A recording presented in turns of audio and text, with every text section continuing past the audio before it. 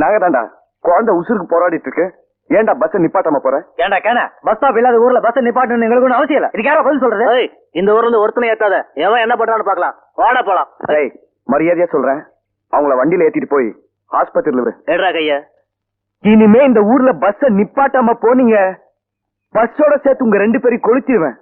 மரியாதை அந்த குழந்தைய ஹாஸ்பிட்டல் கூட்டிட்டு போங்க.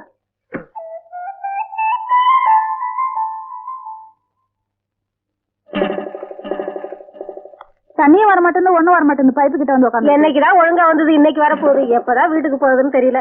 தண்ணியும் வரல. கோயத்து வரடி.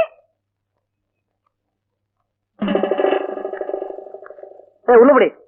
இன்னும் கோலமே போட்டு முடிக்கல. கோயில வர உள்ள போடி.